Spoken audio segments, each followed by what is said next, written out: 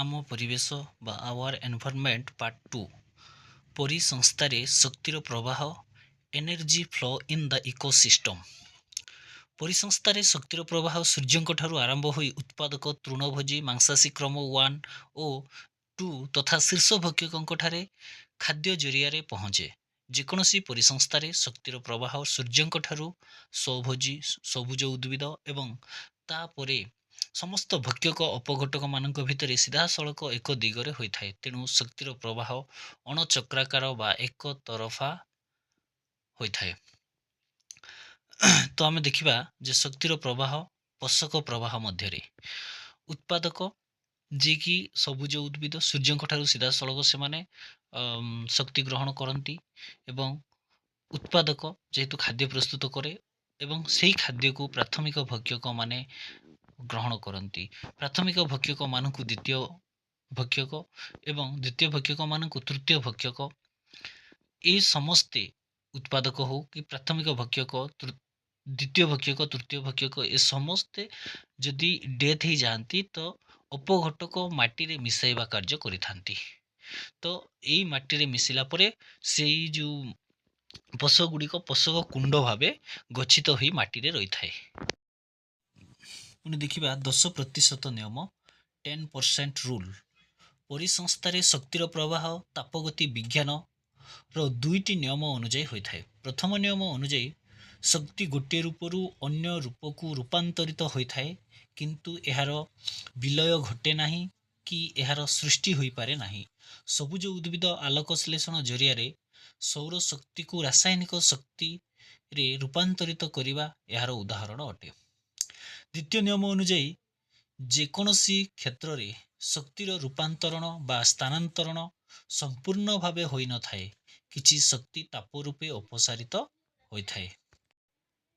ସେ ଦୃଷ୍ଟିରୁ ଆର୍.ଏଲ୍. ଲିଣ୍ଡେମାନ୍ ନାମକ ଜଣେ ପରିବେଶବିତ୍ 1942 ମସିହାରେ ବିଭିନ୍ନ ପୋଷକ ସ୍ତରରେ ମିଳୁଥିବା ଶକ୍ତିର ପରିମାଣକୁ ଅନୁଧ୍ୟାନ କରି 10% ନିୟମ ବା 10% ରୁଲ୍ ପ୍ରଣୟନ କରିଛନ୍ତି। ଉଦାହରଣ ସ୍ୱରୂପ, ଯଦି ଗୋଟିଏ ପରିସଂସ୍ଥାରେ ଉତ୍ପାଦକ ସ୍ତରରେ ଶକ୍ତିର ପରିମାଣ 100 କ୍ୟାଲୋରି ହୁଏ, ତେବେ ତୃଣଭୋଜୀ ସ୍ତରରେ ଶକ୍ତିର ପରିମାଣ 10 କ୍ୟାଲୋରି ହେବ। ସେହିପରି ମାଂସାଶୀ କ୍ରମ ସ୍ତର 1 ଠାରେ 1 କ୍ୟାଲୋରି ଶକ୍ତି ମିଳିବ ଓ ମାଂସାଶୀ ସ୍ତର 2 ଠାରେ ମାତ୍ର 0.1 କ୍ୟାଲୋରି ଶକ୍ତି ମିଳିବ। ଏଥିରୁ ଆମେ ଜାଣିଲୁ ପରିବେଶରେ ତୃଣଭୋଜୀ ସ୍ତରରେ ସବୁଠାରୁ ଅଧିକ ଶକ୍ତି ମିଳିଥାଏ ଏବଂ ଶେଷ ସ୍ତର ଠାରେ ସବୁଠାରୁ କମ୍ ଶକ୍ତି ମିଳିଥାଏ। ନେକ୍ସଟ ଆମେ ଦେଖିବା ଇକୋଲୋଜିକାଲ ପିରାମିଡ୍। ଚାର୍ଲସ ଏଲଟନ୍ 1927 ମସିହାରେ ବିଭିନ୍ନ ପ୍ରକାର ପରିସଂସ୍ଥା ବିଷୟରେ ଅନୁଧ୍ୟାନ କରି ଦେଖିଲେ ପରିସଂସ୍ଥାରେ ଉତ୍ପାଦକମାନଙ୍କ ସଂଖ୍ୟା ସବୁଠାରୁ ଅଧିକ ଏବଂ ତୃତୀୟ ଭକ୍ଷକ ତଥା ଶୀର୍ଷ ଭକ୍ଷକଙ୍କ ସଂଖ୍ୟା ସବୁଠାରୁ କମ୍। ଉତ୍ପାଦକ ସ୍ତରଠାରୁ ତୃତୀୟ ଭକ୍ଷକ ସ୍ତର ପର୍ଯ୍ୟନ୍ତ ଜୀବମାନଙ୍କ ସଂଖ୍ୟା କ୍ରମାଗତ ଭାବେ କମିଯାଏ। ସଂଖ୍ୟା ଅନୁସାରେ ଏମାନଙ୍କୁ ସଜାଇ ରଖିଲେ ଏହା ଏକ ପିରାମିଡ୍ ପରି ଦେଖାଯିବ। ଏହାକୁ ସଂଖ୍ୟା ପିରାମିଡ୍ କୁହାଯାଏ।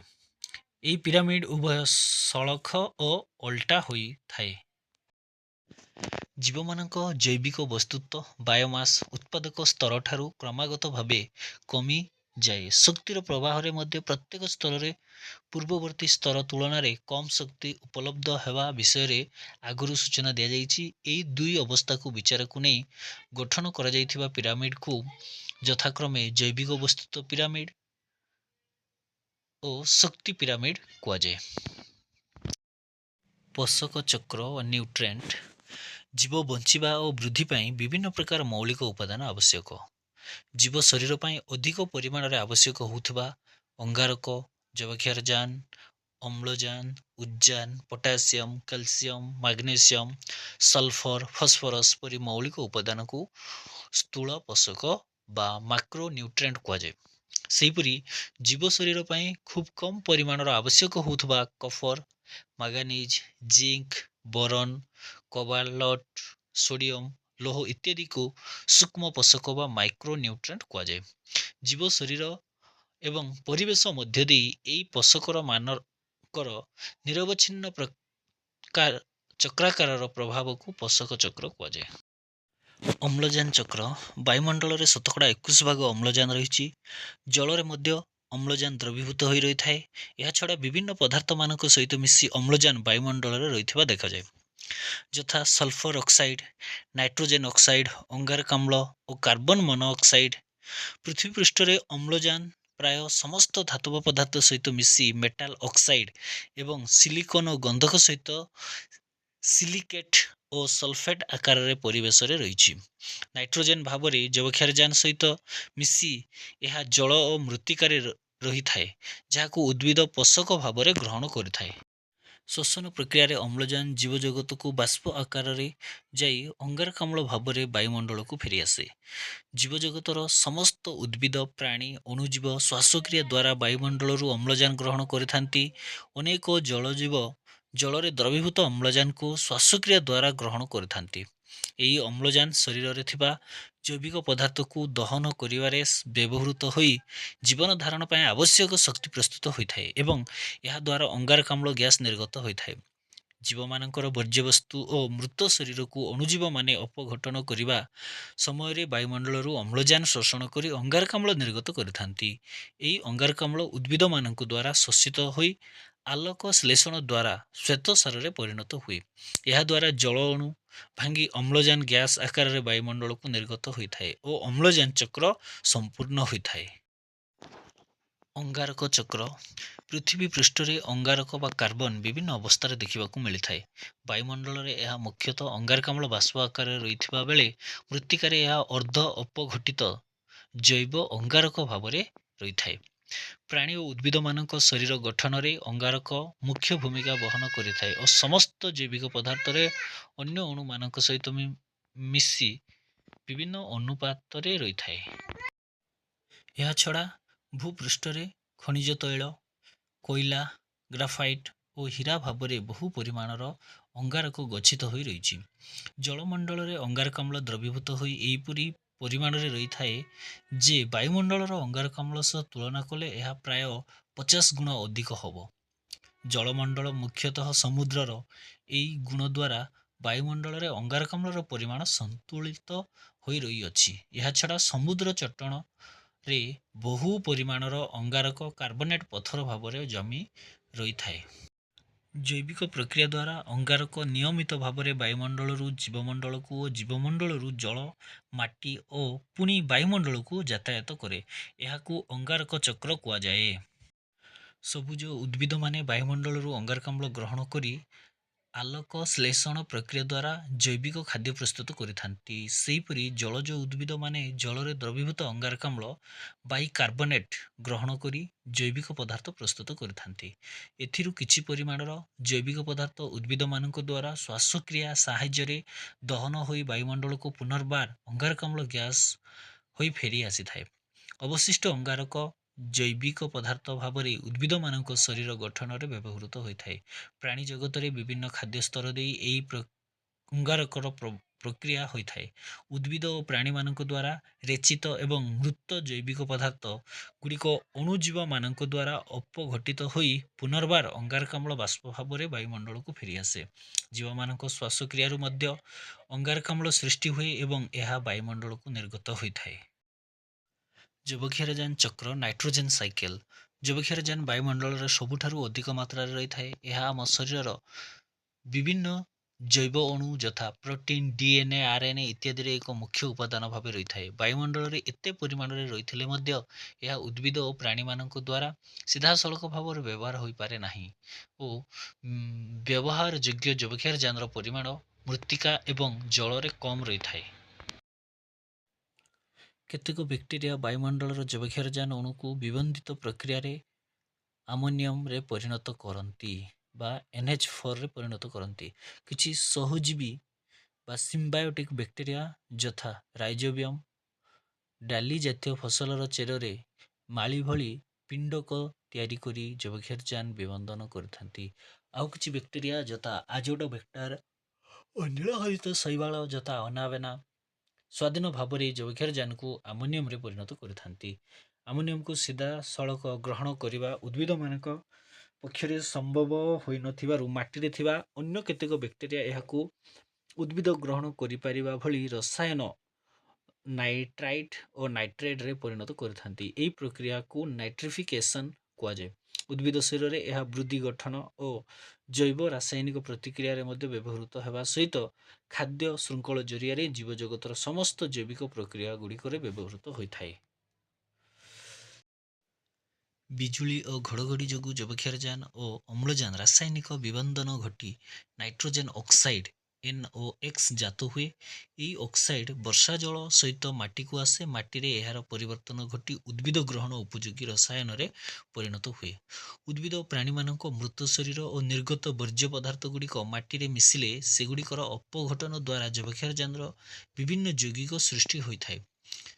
ଏମୋନିକରଣ ବ୍ୟାକ୍ଟେରିଆ ପ୍ରୋଟିନ୍ ଓ ଆମିନୋ ଏସିଡ୍ ଆଦି ପଦାର୍ଥକୁ ଏମୋନିଆକୁ ବାହାର କରିବା ପରେ ଏହି ଏମୋନିଆ ନାଇଟ୍ରିଫାଇଂ ବ୍ୟାକ୍ଟେରିଆ ଦ୍ୱାରା ନାଇଟ୍ରୋଜେନରେ ପରିଣତ ହୁଏ। କିଛି ପରିମାଣରେ ଅମୋନିଆ ବାଷ୍ପରେ ପରିଣତ ହୋଇ ବାୟୁମଣ୍ଡଳକୁ ବାହାରିଯାଏ। ଅମ୍ଳଜାନର ଅଭାବ ଘଟିଲେ ଅପଯବକ୍ଷାରଜାନ ବ୍ୟାକ୍ଟେରିଆ ଡିନାଇଟ୍ରିଫିକେସନ୍ ପ୍ରକ୍ରିୟାରେ ନାଇଟ୍ରାଇଟ୍ ଓ ନାଇଟ୍ରେଟ୍କୁ ଭାଙ୍ଗି ସେଥିରେ ଥିବା ଅମ୍ଳଜାନକୁ ଶୋଷଣ କରନ୍ତି ଓ ଯବକ୍ଷାରଜାନକୁ ଗ୍ୟାସୀୟ ଅଣୁ ଭାବରେ ବାୟୁମଣ୍ଡଳକୁ ନିର୍ଗତ କରନ୍ତି। ଏହା ଦ୍ୱାରା ମାଟିରେ ଯବକ୍ଷାରଜାନ ପୋଷକର ପରିମାଣ ହ୍ରାସ ପାଇଥାଏ। ବାୟୁମଣ୍ଡଳର ମୁକ୍ତ ଯବକ୍ଷାରଜାନକୁ ବିଜୁଳି ଜନିତ ପ୍ରାକୃତିକ ବିବନ୍ଧିତ ହୁଏ। ପୁଣି ସହଜୀବୀୟ ଓ ମୁକ୍ତ ଅଣୁଜୀବ ଦ୍ୱାରା ଜୈବିକ ବିବନ୍ଦନ ହୁଏ। ପୁଣି ବିବନ୍ଧିତ ଯବକ୍ଷାରଜାନକୁ ଜୀବ ଶରୀର ବୃଦ୍ଧିରେ ବ୍ୟବହାର କରାଯାଏ।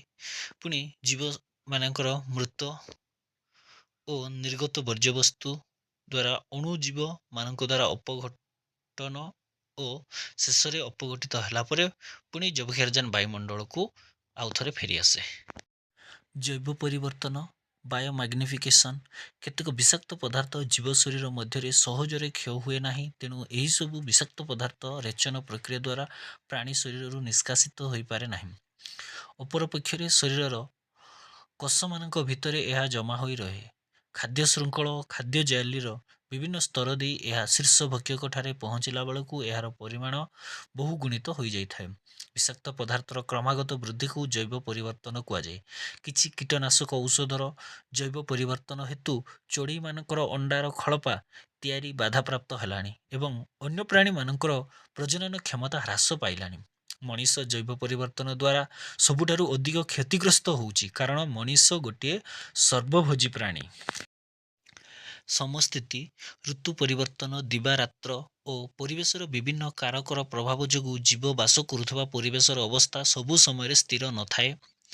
ପରିବର୍ତ୍ତନଶୀଳ ବାହ୍ୟ ପରିବେଶରେ ସଫଳ ଭାବେ ବଞ୍ଚି ରହିବା ପାଇଁ ଜୀବମାନେ ନିଜ ଶରୀର ଅନ୍ତ ପରିବେଶକୁ ସ୍ଥିର ରଖିବାକୁ ଚେଷ୍ଟା କରନ୍ତି। ଜୀବ ନିଜ ଶରୀର ମଧ୍ୟରେ ଥିବା ନିର୍ଦ୍ଦିଷ୍ଟ ନିୟନ୍ତ୍ରଣ ପ୍ରକ୍ରିୟା ଦ୍ୱାରା ଦେହ ଭିତରର ପରିବେଶର ସମସ୍ଥିତି ରକ୍ଷା କରିପାରେ। ସେହିପରି ଗୋଟିଏ ପରିସଂସ୍ଥାରେ ସମସ୍ଥିତି ରକ୍ଷା ପାଇଁ ତହିଁରେ ଥିବା ଉପାଦାନମାନେ ପରସ୍ପର ମଧ୍ୟରେ ସନ୍ତୁଳନ ରକ୍ଷା କରି କାର୍ଯ୍ୟ କରନ୍ତି। ଯଦି କୌଣସି କାରଣରୁ ସମସ୍ଥିତି ଦୁର୍ବଳ ହୁଏ ବା ଏଥିରେ ବ୍ୟାଘାତ ସୃଷ୍ଟି ହୁଏ, ତେବେ ପରିସଂସ୍ଥାର ଭାରସାମ୍ୟ ସମ୍ପୂର୍ଣ୍ଣ ନଷ୍ଟ ହୋଇଯାଏ। ସ୍ୱରୂପ ଯଦି କୌଣସି ଘାସ ପଡ଼ିଆରୁ ଅତ୍ୟଧିକ ଚାରଣ ଯୋଗୁଁ, ଅଗ୍ନି ସଂଯୋଗ ଯୋଗୁଁ କିମ୍ବା ମୃତ୍ତିକା ପ୍ରଦୂଷଣ ଯୋଗୁଁ ସବୁ ଘାସ ନଷ୍ଟ ହୁଏ, ତେବେ ଏହାର ପ୍ରଭାବ ବିଭିନ୍ନ ପ୍ରକାରରେ ପ୍ରକାଶ ପାଏ। ଯଥା ଘାସ ପଡ଼ିଆରେ ବାସ କରୁଥିବା ଝିଣ୍ଟିକାମାନେ ଖାଦ୍ୟ ଅଭାବରୁ ଉକ୍ତ ପରିସ୍ଥାନକୁ ଛାଡ଼ି ଚାଲିଯିବେ। ଝିଣ୍ଟିକାମାନଙ୍କର ଅନୁପସ୍ଥିତିରେ ବେଙ୍ଗ ଖାଦ୍ୟ ଅଭାବରୁ ମରିଯିବେ। ଏହାର ପ୍ରଭାବ ସାପମାନଙ୍କ ଉପରେ ମଧ୍ୟ ପଡ଼ିବ, କାରଣ ସାପର ଖାଦ୍ୟ ହେଉଛି ବେଙ୍ଗ। ଏହିପରି ଭାବେ ପରିସଂସ୍ଥା କ୍ଷତିଗ୍ରସ୍ତ ହେବ। ତେଣୁ ପରିସଂସ୍ଥାର ସଫଳ କାର୍ଯ୍ୟକାରିତା ପାଇଁ ସମସ୍ଥିତି ଏକାନ୍ତ ଆବଶ୍ୟକ।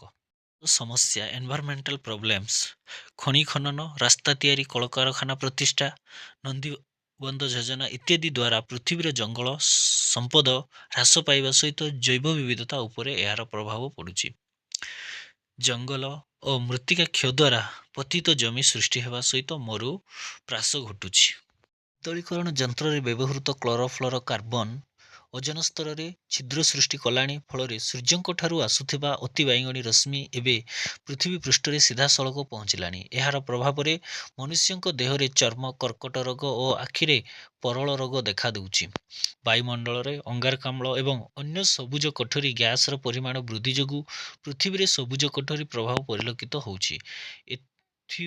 ଯୋଗୁଁ ଧୀରେ ଧୀରେ ବାୟୁମଣ୍ଡଳର ତାପମାତ୍ରା ବଢ଼ି ଏହା ବିଶ୍ୱତାପନ ବା ଗ୍ଲୋବାଲ ୱାର୍ମିଂର କାରଣ ହେଲାଣି।